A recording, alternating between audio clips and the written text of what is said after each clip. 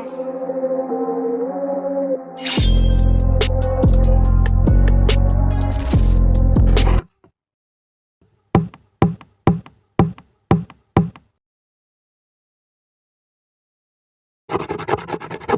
Sebelumnya, Assalamualaikum warahmatullahi wabarakatuh. Halo teman-teman, kembali lagi bersama saya Selvila Dama di part 2 Ekonomi Syariah. Nah teman-teman, pembahasan yang kita akan bahas kali ini tentang praktik perbankan syariah di Indonesia serta tantangan dan peluangnya. Nah teman-teman, pertama-tama seperti kita ketahui bahwa perbankan di Indonesia telah berkembang pesat dalam beberapa tahun terakhir.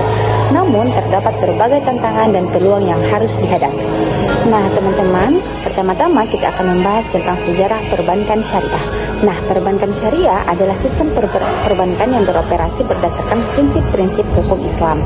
Nah, atau biasa disebut dengan syariah. Nah, prinsip utama yang mendasari perbankan syariah adalah larangan riba atau bunga serta penerapan konsep-konsep seperti mudharabah atau bagi hasil, murabahah, jual beli dan ijarah atau sewa. Nah, teman-teman, mari kita membahas tentang sejarah singkat perkembangan perbankan syariah. Nah, awal mulanya konsep perbankan syariah sebenarnya telah ada sejak lama dalam sejarah Islam ini. Namun baru pada abad ke-20 mulai diwujudkan dalam bentuk lembaga keuangan modern. Nah, Mesir juga dianggap sebagai pelopor perbankan syariah. Dengan berdirinya Commercial Savings Banks pada tahun 1993 yang beroperasi berdasarkan prinsip bagi hasil.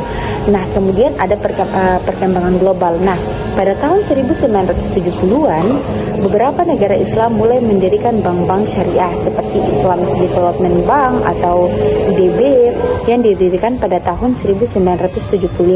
Nah, Malaysia juga dan Pakistan juga menjadi negara-negara yang aktif mengembangkan sistem perbankan syariah pada periode ini.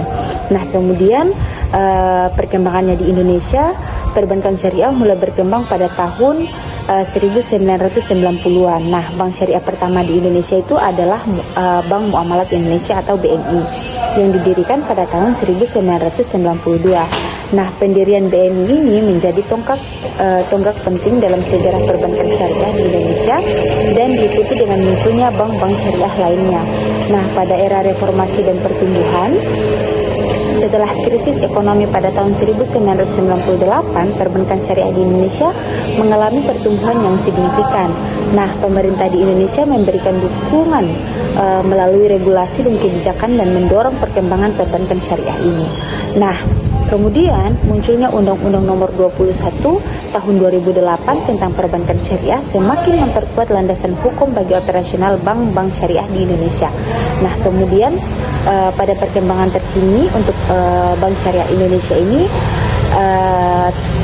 kalau di Indonesia sendiri ini sangat berkembang dengan pesat. Nah, selain bank-bank syariah, unit usaha syariah atau UUS juga di bank-bank konvensional juga semakin banyak. Nah, produk dan layanan perbankan syariah juga semakin beragam dan mencakup pembiayaan, tabungan, investasi, dan layanan yang sesuai dengan prinsip syariah. Nah, perkembangan perbankan syariah ini, terutama di Indonesia, tidak lepas dari dukungan pemerintah, regulator, serta meningkatnya kesadaran masyarakat akan pentingnya sistem keuangan yang sesuai dengan prinsip-prinsip Islam. Nah, perbankan syariah diharapkan dapat menjadi alternatif yang menarik bagi masyarakat yang ingin bertransaksi keuangan secara halal dan berkah. Nah, teman-teman, selanjutnya kita akan membahas tentang prinsip dasar perbankan syariah. Nah, perbankan syariah beroperasi berdasarkan prinsip-prinsip yang sesuai dengan hukum Islam atau syariah. Nah, prinsip-prinsip ini membedakan perbankan syariah dan perbankan konvensional, terutama dalam hal larangan riba, penerapan konsep-konsep keadilan, dan transparansi. Nah, yang pertama, prinsip-prinsip dasar perbankan syariah ini adalah larangan riba atau bunga. Nah, riba adalah tambahan bunga yang dikenakan dalam transaksi pinjam-meminjam atau jual beli yang tidak sesuai dengan prinsip syariah. Dalam perbankan syariah, riba diharamkan karena dianggap sebagai bentuk eksploitasi dan ketidakadilan. Nah, bank syariah ini menggunakan konsep bagi hasil atau mudharabah, jual beli atau murabahah atau sewa atau biasa disebut ijarah sebagai pengganti bunga. Nah, kemudian ada larangan atau harar. atau biasa disebut dengan ketidakjelasan. Di sini gharar adalah ketidakjelasan atau ketidakpastian dalam suatu akad atau perjanjian. Nah, yang dapat merugikan salah satu pihak. Nah, perbankan syariah ini menghindari transaksi yang mengandung gharar seperti spekulasi berlebihan atau informasi yang tidak lengkap. Nah, contohnya seperti jual beli barang yang belum jelas keberadaannya atau kualitasnya. Nah, kemudian ada larangan maisir atau perjudian. Nah, larangan maisir sendiri adalah perjudian atau spekulasi yang mengandung unsur-unsur untungan dan dapat merugikan salah satu pihak, atau perbankan syariah ini tidak terlibat dalam kegiatan perjudian atau investasi yang bersifat spekulatif. Contohnya seperti investasi di pasar modal yang tidak jelas atau mengandung unsur spekulasi tinggi. Kemudian ada prinsip keadilan dan keseimbangan. Nah, keadilan dan keseimbangan ini adalah prinsip yang menekankan bahwa setiap transaksi harus dilakukan secara adil dan seimbang bagi semua pihak yang terlibat. Nah, perbankan syariah harus memastikan bahwa setiap transaksi memberikan manfaat yang adil bagi bank dan nasabah. Nah, contohnya seperti keuntungan dan kerugian dibagi sesuai dengan kesepakatan yang telah disetujui dari awal. Nah, kemudian ada prinsip transparansi. Di sini transparansi adalah prinsip yang menekankan bahwa setiap transaksi harus dilakukan secara terbuka dan jelas bagi semua pihak yang terlibat. Nah, bank syariah harus memberikan informasi yang lengkap dan akurat mengenai produk dan layanan yang ditawarkan. Contohnya seperti bank syariah harus memberikan informasi yang jelas mengenai biaya, risiko, dan potensi keuntungan dari setiap produk yang ditawarkan. Nah, kemudian ada prinsip larangan investasi pada usaha haram. Nah, perbankan syariah tidak boleh berinvestasi pada usaha yang haram atau bertentangan dengan prinsip-prinsip Islam. Bank syariah harus memastikan bahwa dana yang dikelola telah tidak digunakan, maksudnya untuk mendukung kegiatan yang dilarang oleh agama seperti produksi minuman keras, perjudian, atau prostitusi. Nah, contohnya seperti bank syariah tidak akan memberikan pembiayaan kepada perusahaan yang bergerak di bidang produksi rokok atau senjata. Kemudian, teman-teman, prinsip-prinsip dasar inilah yang menjadi landasan bagi seluruh kegiatan operasional perbankan syariah. Dengan menerapkan prinsip-prinsip ini, perbankan syariah diharapkan dapat memberikan alternatif yang lebih adil, transparan, dan berkah bagi masyarakat yang ingin bertransaksi keuangan sesuai dengan prinsip-prinsip Islam. Nah, kemudian ada kepercayaan masyarakat. Sebagian masyarakat masih meragukan kredibilitas dan kendala sistem perbankan syariah, terutama terkait dengan penerapan prinsip-prinsip syariah dalam praktik operasional. Hal ini menyebabkan masyarakat enggan beralih ke perbankan syariah dan lebih memilih bank konvensional yang dianggap lebih terpercaya. Nah, bank syariah perlu meningkatkan transparansi dan akuntabilitas dan operasionalnya, serta memastikan bahwa produk dan layanan yang ditawarkan. Nah, teman-teman, selanjutnya kita akan membahas tentang tantangan regulasi dalam perbankan syariah. Nah, salah satu tantangan utama yang dihadapi oleh perbankan syariah adalah regulasi yang belum sepenuhnya mendukung. Nah, banyak kebijakan dan peraturan yang ada pada saat ini masih mengacu pada sistem konvensional. Nah, sehingga dapat menghambat pertumbuhan dan inovasi dalam industri perbankan syariah. Nah, di sini ada beberapa aspek tantangan regulasi dalam perbankan syariah, di mana yang pertama ada kurangnya regulasi yang komprehensif. Nah, belum semua aspek operasional perbankan syariah diatur secara rinci dan komprehensif dalam peraturan perundang-undangan. Hal ini dapat menimbulkan ketidakpastian hukum dan interpretasi yang beragam terhadap penerapan prinsip-prinsip syariah dalam praktik perbankan. Nah, pemerintah dan regulator perlu menyusun peraturan yang lebih rinci dan komprehensif mencakup seluruh aspek operasional perbankan syariah, seperti pembiayaan, investasi, dan pengelolaan risiko. Nah, kemudian ada regulasi yang mengacu pada sistem konvensional. Nah, banyak peraturan yang ada pada saat ini mengacu pada sistem perbankan konvensional yang memiliki karakteristik dan prinsip yang berbeda dengan perbankan syariah. Hal ini dapat menimbulkan hambatan dan efisiensi dalam operasional perbankan syariah karena harus menyesuaikan diri dengan peraturan yang tidak sesuai dengan prinsip-prinsip syariah. Regulator perlu merevisi peraturan yang ada agar lebih standarnya itu internasional yang relevan dengan perbankan syariah, seperti standar yang dikeluarkan oleh Islamic Financial Services Board atau IFCB. Nah, kemudian ada perbedaan interpretasi terhadap prinsip syariah. Nah, terdapat beberapa interpretasi di antara para ulama dan ahli hukum mengenai penerapan prinsip-prinsip syariah dalam praktik perbankan. Hal ini dapat menimbulkan ketidakseragaman dalam produk dan layanan perbankan syariah serta kebingungan bagi masyarakat yang ingin menggunakan layanan perbankan syariah. Nah, ini perlu adanya standarisasi dan harmonisasi interpretasi terhadap prinsip-prinsip syariah melalui forum-forum diskusi dan konsultasi antar ulama, ahli hukum regulator, dan praktisi perbankan syariah. Nah, kemudian ada kurangnya insentif bagi perbankan syariah. Nah, pemerintah belum memberikan insentif yang cukup bagi perbankan syariah seperti insentif pajak atau kemudahan regulasi. Hal ini dapat menghambat pertumbuhan dan daya saing perbankan syariah. Dibandingkan dengan perbankan konvensional, pemerintah perlu memberikan insentif yang lebih besar bagi perbankan syariah untuk mendorong pertumbuhan dan inovasi dalam industri ini. Nah, kemudian ada keterbatasan sumber daya manusia yang kompeten. Nah, kurangnya sumber daya manusia yang memiliki kompetensi di bidang perbankan syariah, baik dari segi keilmuan syariah maupun keuangan. Hal ini dapat menghambat pengembangan produk dan layanan perbankan syariah yang inovatif dan sesuai dengan kebutuhan masyarakat. Perlu adanya peningkatan pendidikan dan pelatihan di bidang perbankan syariah serta kerjasama antar lembaga pendidikan perbankan syariah. Nah, dan regulator juga untuk menghasilkan sumber daya manusia yang kompeten. Nah, dengan mengatasi tantangan-tantangan regulasi tersebut, diharapkan perbankan syariah dapat tumbuh dan berkembang lebih pesat serta memberikan kontribusi yang lebih besar bagi perekonomian bangsa Indonesia. Nah, selanjutnya kita akan membahas tentang persaingan antara perbankan syariah dan bank konvensional. Nah, perbankan syariah menghadapi persaingan yang sangat ketat dari bank konvensional. Nah, persaingan ini disebabkan oleh beberapa faktor, antara lain kurangnya pemahaman masyarakat tentang produk syariah, kepercayaan yang masih rendah terhadap sistem syariah, dan keunggulan bank konvensional dalam hal jaringan dan skala operasional. Nah, di sini saya ambil beberapa aspek persaingan antara perbankan syariah dan bank konvensional. Nah, yang pertama ada pemahaman masyarakat. Nah, di sini banyak masyarakat yang belum memahami dengan baik tentang produk dan layanan perbankan syariah, serta perbedaan antara sistem syariah dan konvensional. Hal ini menyebabkan masyarakat lebih memilih menggunakan layanan bank konvensional yang sudah lebih dikenal dan dipahami.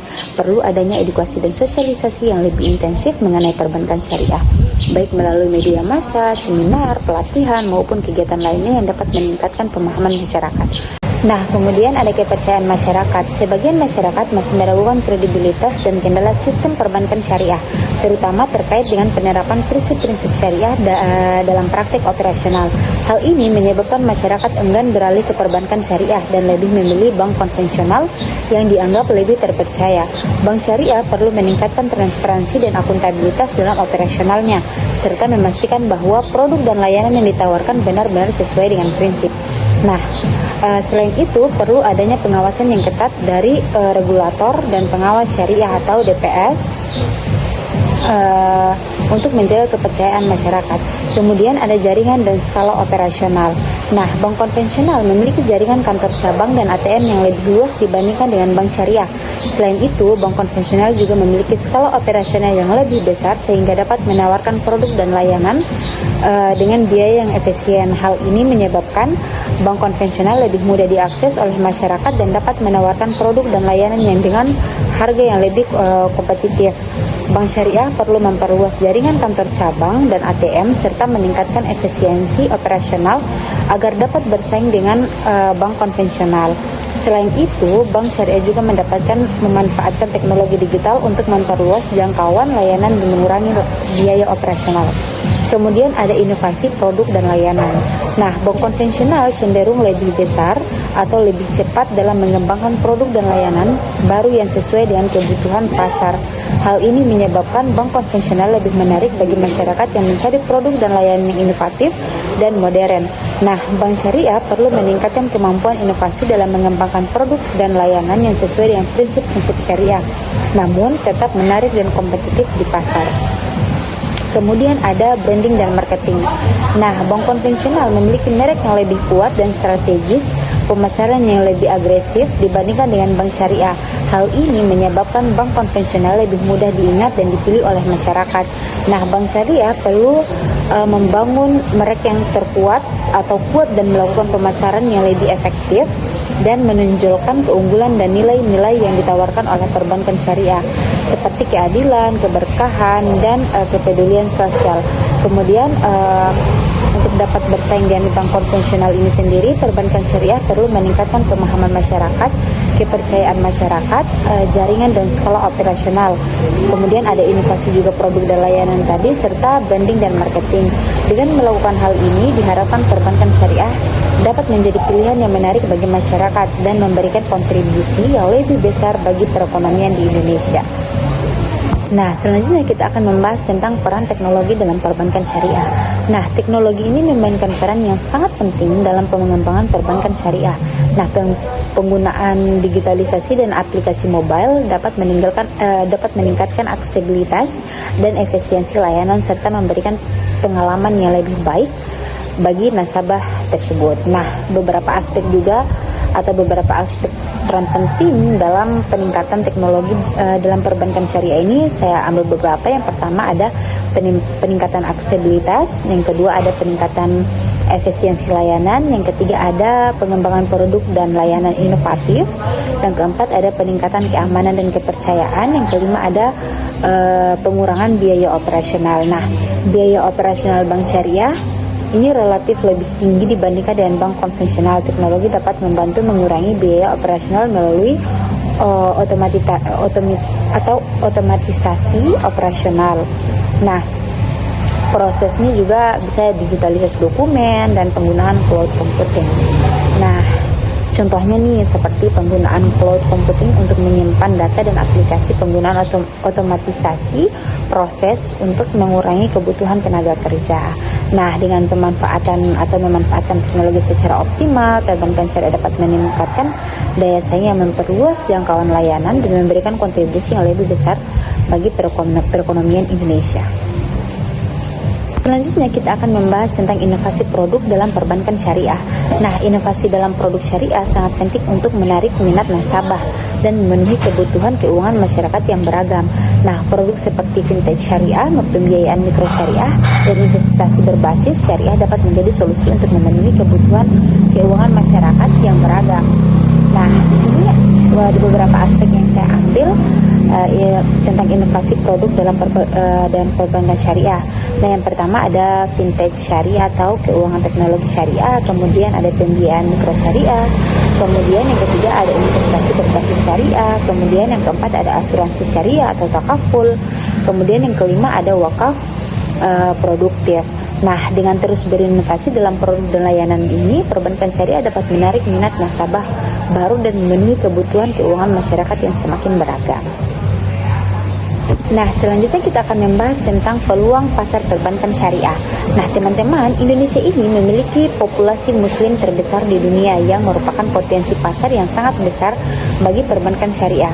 Selain itu, meningkatnya kesadaran masyarakat akan pentingnya keuangan halal juga menjadi faktor pendorong pertumbuhan perbankan syariah. Kemudian yang pertama itu sebenarnya ada beberapa aspek peluang pasar perbankan syariah, di mana yang pertama itu ada potensi pasar muslim yang besar. Nah, di Indonesia ini memiliki populasi muslim terbesar di Indonesia dengan jumlah mencapai lebih dari 200 juta jiwa.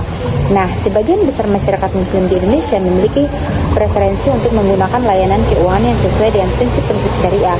Nah, bank syariah ini perlu memanfaatkan potensi pasar ini dengan menawarkan produk dan layanan yang sesuai dengan kebutuhan dan preferensi masyarakat. Nah, preferensi masyarakat muslim itu sendiri seperti tabungan haji, pembiayaan umroh, dan investasi syariah. Nah, kemudian ada kesadaran akan keuangan halal yang meningkat. Nah, semakin banyak masyarakat yang menyadari pentingnya keuangan halal dan mencapai alternatif investasi dan pembiayaan sesuai dengan prinsip-prinsip syariah. Hal ini menciptakan peluang bagi bank syariah untuk menarik nasabah baru dari kalangan masyarakat yang sebelumnya belum menggunakan layanan perbankan syariah. Nah, bank syariah perlu meningkatkan edukasi dan sosialisasi mengenai keuangan halal, serta menawarkan produk dan layanan yang inovatif dan kompetitif untuk memenuhi kebutuhan masyarakat yang semakin sadar akan keuangan halal. Kemudian ada segmen pasar yang belum tergarap. Nah, masih ada segmen pasar yang belum tergarap oleh perbankan syariah seperti UMKM, sektor pertanian, dan masyarakat pedesaan. Nah, hal ini menciptakan peluang bagi bank syariah untuk memperluas jangkauan layanan yang meningkatkan inklusi keuangan di Indonesia. Nah, bank syariah perlu mengembangkan produk dan layanan yang sesuai dengan kebutuhan segmen pasar yang perlu tergarap serta menjalin kerjasama dengan lembaga lembaga terkait untuk meningkatkan akses keuangan bagi masyarakat. Nah, kemudian selanjutnya ada pertumbuhan ekonomi syariah global. Nah, ekonomi syariah global terus bertumbuh pesat dengan nilai aset mencapai triliun dolar Amerika Serikat. Nah, hal ini menciptakan peluang bagi bank syariah di Indonesia untuk mengembangkan bisnisnya di pasar internasional, serta menarik investasi dari investor asing yang terkait dengan keuangan syariah. Bank syariah perlu meningkatkan daya saing dan inovasi yang produknya itu, dan daya saing dan inovasi dalam produk dari layanannya itu sendiri, serta menjalin kerjasama dengan lembaga keuangan syariah global untuk memperluas jangkauan bisnis dan menarik investasi. Nah, kemudian ada dukungan pemerintah dan regulator. Nah, pemerintah dan regulator memberikan dukungan yang besar bagi perkembangan perbankan syariah di Indonesia melalui regulasi dan kebijakan yang mendorong pertumbuhan industri. Hal ini menciptakan lingkungan yang kondusif bagi bank syariah untuk tumbuh dan berkembang, serta meningkatkan kepercayaan masyarakat terhadap sistem perbankan syariah. Bank syariah perlu memanfaatkan dukungan pemerintah dan regulator dengan mematuhi dan memenuhi regulasi yang berlaku, serta berpartisipasi aktif dalam program-program pengembangan perbankan syariah yang dirancang pemerintah. Nah, dalam memanfaatkan peluang-peluang pasar ini tadi, diharapkan perbankan syariah dapat tumbuh dan berkembang lebih pesat serta memberikan kontribusi yang lebih besar bagi perekonomian Indonesia. Nah, teman-teman, selanjutnya kita akan membahas tentang tantangan sumber daya manusia atau sumber daya manusia dalam perbankan syariah. Nah, ketersediaan sumber daya manusia yang memahami prinsip-prinsip perbankan syariah menjadi tantangan tersendiri. Nah, pelatihan dan pendidikan yang tepat diperlakukan untuk memastikan bahwa karyawan bank dapat memberikan layanan yang sesuai dengan syariah. Nah, beberapa aspek juga yang saya ambil tentang tantangan sumber daya manusia dalam perbankan syariah. Yang pertama ada keterbatasan jumlah sumber daya manusia yang kompeten. Nah, jumlah sumber daya manusia yang memiliki kompetensi di bidang perbankan syariah ini masih terbatas, sehingga baik dari segi keilmuan syariah maupun keuangan, hal ini dapat menghambat pengembangan produk dan layanan perbankan syariah yang inovatif dan sesuai dengan kebutuhan masyarakat. Nah, perlu adanya peningkatan pendidikan dan pelatihan yang di bidang perbankan syariah, serta kerjasama antara lembaga pendidikan perbankan syariah dan regulator untuk menghasilkan sumber daya manusia yang kompeten. Nah, kemudian ada kurangnya pemahaman tentang prinsip syariah. Nah, sebagian karyawan bank syariah belum memiliki pemahaman juga yang mendalam tentang prinsip-prinsip syariah dan aplikasinya dalam bentuk perbankan. Nah, hal ini dapat menyebabkan kesalahan dalam pengambilan keputusan dan pelaksanaan operasional bank, serta mengurangi kepercayaan masyarakat terhadap perbankan syariah. Nah, bank syariah perlu memberikan pelatihan yang intensif dan berkelanjutan kepada karyawan mengenai prinsip-prinsip syariah, serta melibatkan ulama dan ahli hukum dalam proses pengambilan keputusan. Kemudian ada persaingan dengan industri lain. Industri perbankan syariah ini menghadapi persaingan yang ketat dengan industri lain dalam merekrut dan mempertahankan sumber daya manusia yang berkualitas. Nah, hal ini dapat menyebabkan bank syariah ini kesulitan mendapatkan sumber daya manusia yang terbaik dan berpotensi kehilangan sumber daya manusia juga yang sudah berpengalaman ke industri lain. Nah, bank syariah ini perlu menawarkan kompetensi atau benefit yang kompetitif, serta menciptakan lingkungan kerja yang menarik dan memberikan kesempatan pengembangan karir bagi karyawan. Nah, selanjutnya ada kebutuhan dan kebutuhan ini akan spesialisasi. Nah, perbankan syariah membutuhkan sumber daya manusia memiliki spesialisasi di bidang-bidang tertentu seperti ahli akad, manajemen risiko syariah, dan pemasaran syariah.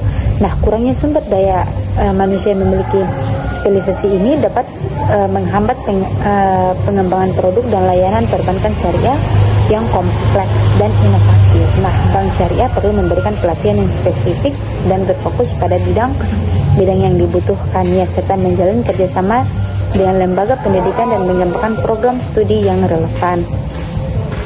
Nah, kemudian ada tantangan dalam mempertahankan nilai-nilai syariah.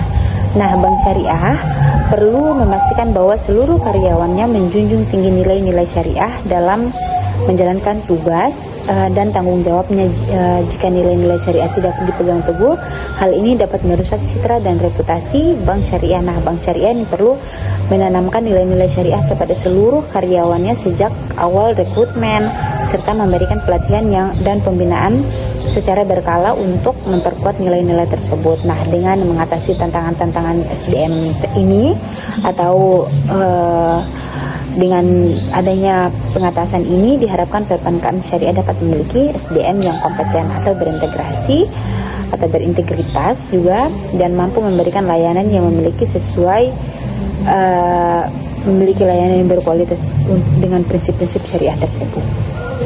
Nah, sampailah kita pada kesimpulan pada pembahasan kita kali ini, yaitu perbankan syariah di Indonesia ini memiliki potensi yang sangat besar, tetapi juga menghadapi berbagai tantangan dengan inovasi, edukasi, dan dukungan regulasi yang tepat. Perbankan syariah dapat tumbuh dan memberikan kontribusi yang positif bagi bangsa ini dan bagi masyarakat Indonesia. Nah, mungkin hanya itu saja pembahasan kita kali ini. Saya Selva Dama pamit undur diri. Jika ada kesalahan mohon dimaafkan. Wabillahi taufiq wal hidayah. Wassalamualaikum warahmatullahi wabarakatuh.